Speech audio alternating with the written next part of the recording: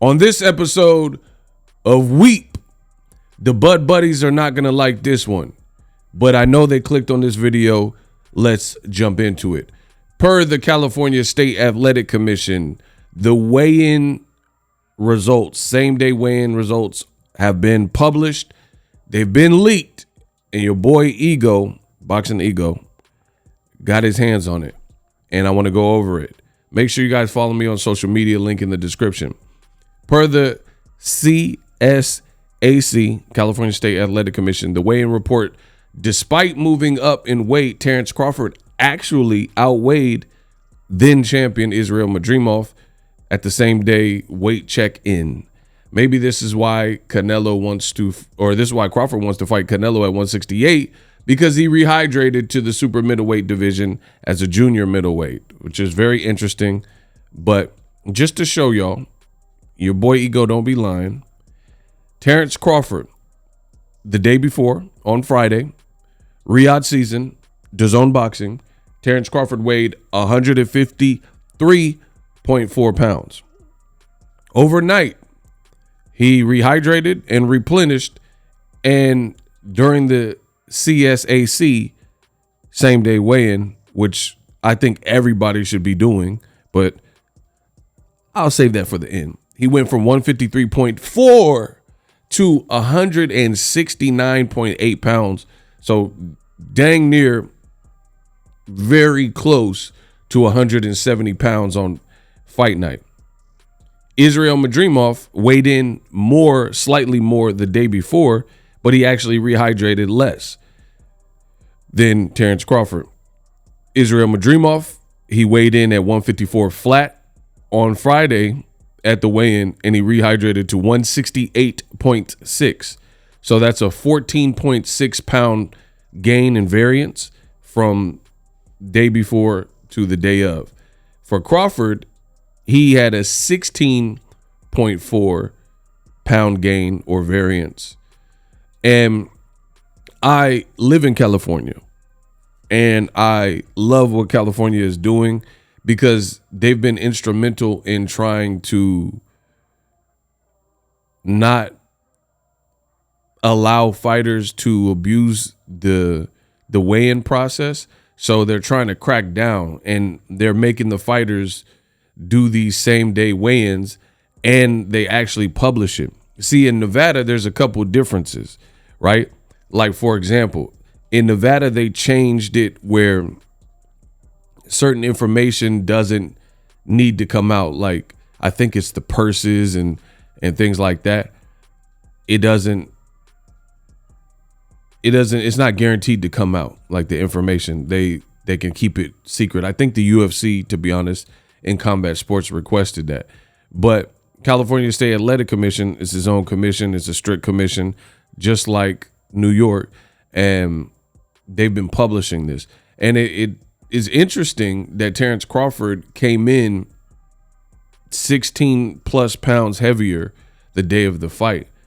And it reminds me of people were talking about Devin Haney, who did kind of the same thing, had a pretty generous and big rehydration overnight. And Devin Haney, this was in when he moved, it's literally verbatim. And I want to explain this. Verbatim in the fact that you have Devin Haney, who's with Snack, and Terence Crawford, who was Snack. So two Snack athletes, right?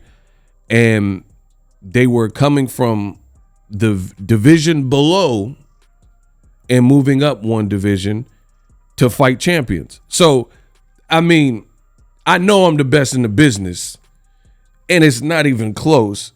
And I give you guys accurate, reliable breakdowns and comparisons. I don't think I could be even more spot on. Once again, let's TiVo it. And some of y'all are too young to know about TiVo, but let me rewind and explain this again. So the example that I just gave, Devin Haney and Terence Crawford, it's pretty neck and neck. It's pretty comparable. Again, Terence Crawford with Snack. Devin Haney is with Snack. These are facts. They work with the Snack supplement program, as do many other fighters. So two Snack athletes, right? Both were undisputed That's another fact. In the prior division, Devin Haney was the youngest undisputed at lightweight, and Terence Crawford became 2X undisputed at welterweight. So that's two similarities. Both were moving from this undisputed status up one division. That's three similarities, right? And they were both fighting champions in the new weight class. And then the fifth similarity is both former undisputed from the previous division champions that were moving up in weight, one weight class. They were fighting champions, and then they come in and actually outweighed the champion in their first fight in the weight class. Damn, I'm good. So I just find that to be interesting, and we're in different times when it comes to weight. Now, follow me again on social media, link in the description. Listen, every day I'm on my job. I'm truly the best in the business, and it's not even close. If you love boxing and you want the information, I provide. It's up to you to follow and hit the bell and subscribe and all that type of stuff. But your boy Ego is working. For the complete breakdown, you guys can follow me on social media to get this list. But again, Crawford went from 153.4 to 169.8, 16.4 pounds. Madrimov, 154 to 168.6. So Crawford and Madrimov were pretty close in weight. You know, so I'm not saying, oh, that's why Madrimov lost or anything like that. It was a kind of a high-speed chess match type of fight. I find the most interesting aspect of it is that Madrimov was the career 154-pounder, and he was said to be bigger, right? And come to find out, just like Devin Haney versus Regis Prograis, the guy moving up happened to be the bigger, even if it's by a small margin, like, you know, almost, you know, a pound, almost 2 pounds, right? Some of these things matter, you know, just being slightly, because if you have a competition that's kind of neck and neck and both fighters are good, you know, there has to be little things here and there that are the separators, right? So it could be arm length and wingspan and reach. It could be I weigh a little bit more, or I hit a little bit harder, or my chin's a little bit better, or my boxing IQ is a little bit better. So just food for thought that Crawford is moving up and he's outweighing the long-standing 154-pound champion, which when I made my videos about Errol Spence and Terence Crawford Fight Week, I told you that to me on Fight Week, Crawford looked worse than I've seen him in the face in terms of trying to make that weight cut. Errol Spence, it was more expected because he's already told you he had been at the weight class for so long that it was hard to make the weight. So for me, I didn't really put as much on Errol Spence looking drawn as Crawford because I wasn't used to seeing Crawford look like that at welterweight. But now, looking back in hindsight, it makes a lot of sense.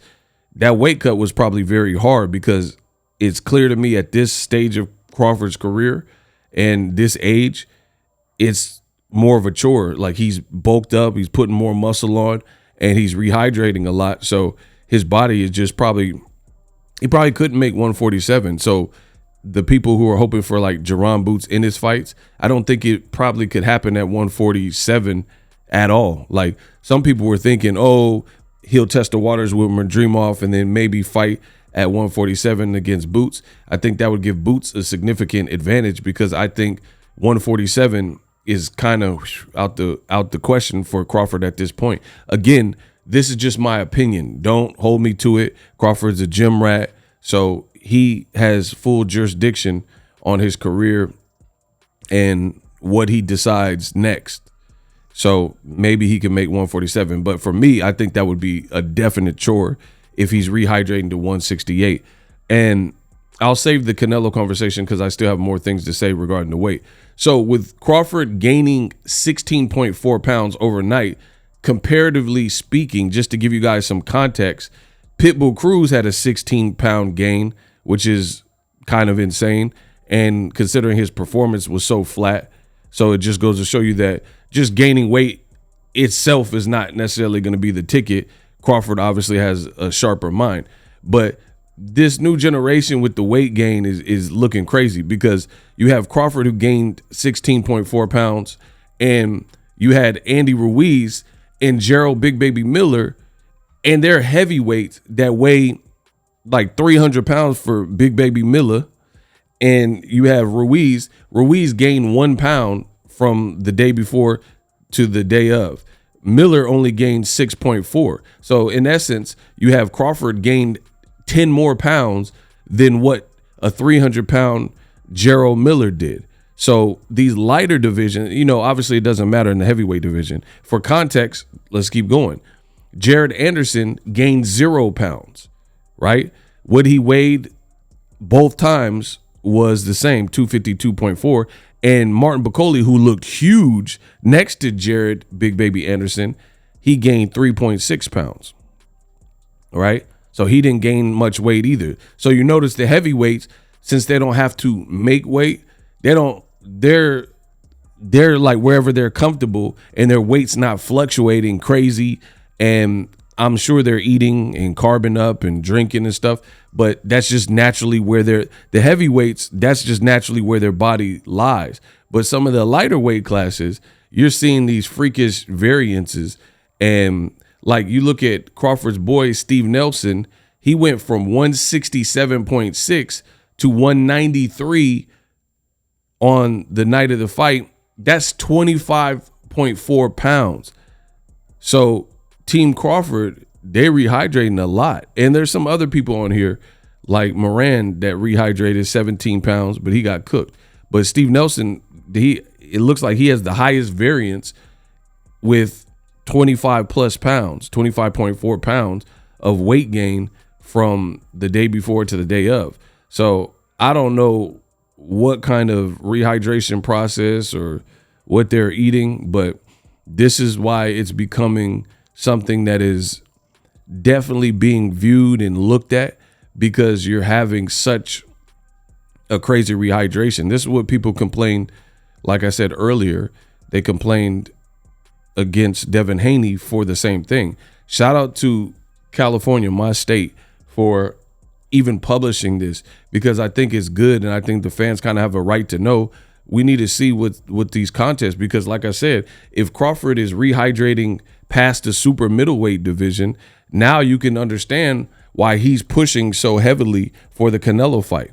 Canelo's not the biggest super middleweight at all. He's not. It just simply put, he's not the tallest. Crawford's likely taller than him. Crawford likely has longer arms. Crawford's a great fighter. And I don't know what Canelo would rehydrate to these days, because a lot of times he's fighting in Vegas or Texas or somewhere where it's not published like what California is doing. I don't think Canelo's fought in California, or at least in a while. I'd be curious what Canelo's rehydration weight is, but Crawford's is definitely getting up there as he's gotten older. To gain more than Madrimov is kind of unexpected. Now, in terms of Crawford-Madrimov, many people believe the fight was a close fight. Many people believe it was a tough fight. Some people had Crawford winning. Some people had Madrimov winning. But the funny thing is, some people were saying stuff like, oh, the fight, of course, it was close. It was Crawford's first fight at the weight class, and Madrimov was just so big, and he looked bigger. But men lie, women lie, but numbers don't. According to the scales and the California State Athletic Commission's released weigh-in check-in, Madrimov wasn't the bigger guy, even by a small margin, but still, weight is weight. You can't fabricate or lie on the scale. If two people are on the same scale, kind of back to back, and it's calibrated and, the same scale, it is what it is. So Crawford was bigger than Madrimov the day of the fight. And I think that is interesting. And again, as I've been saying throughout the video, now you can see why he wants to fight Canelo, maybe, because you got a 154 pounder in his very first fight. He's weighing more than the champion, and he's rehydrating to super middleweight. So it's not just Crawford. There's a lot of people in this boxing game that I don't know what they're doing with their weight, but it's like people aren't necessarily even fighting in their true divisions anymore. That's why you see people who are rapidly moving through the division. They're not even clearing. Like, this new generation of boxing is looking washed right now, because back in the day, you had like certain guys who would move up, like Oscar De La Hoya. He'll move to like 54, 47, and he like doing work in that said division and making a name for himself in that said division. Now you got guys who will pop into the division, and within 1 or 2 fights, they can barely even make the weight. Like Ryan Garcia. Ryan Garcia missed the catch weight, or he missed the contracted weight, and then came in at his own weight and then rehydrated to whatever versus Devin Haney. And it's just getting kind of out of hand, because now Ryan is saying he can't even make 140. You made 136 to fight Tank just last year, and in that short period of time, like a year or whatever, till April 20th when he fought Devin Haney, now you can't make 140, but you just made 136. It's looking bananas.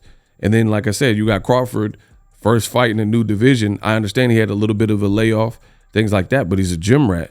And then he's rehydrating more than the champion who had been there, and people were saying he was a big, strong champion. Even David Morrell, who fights higher, he rehydrated 15.2 pounds. So a guy like David Morrell, who's bigger framed than Crawford, didn't gain as much weight as Crawford, you know? So just food for thought. Let me know what you guys think. What does this mean? Drop it.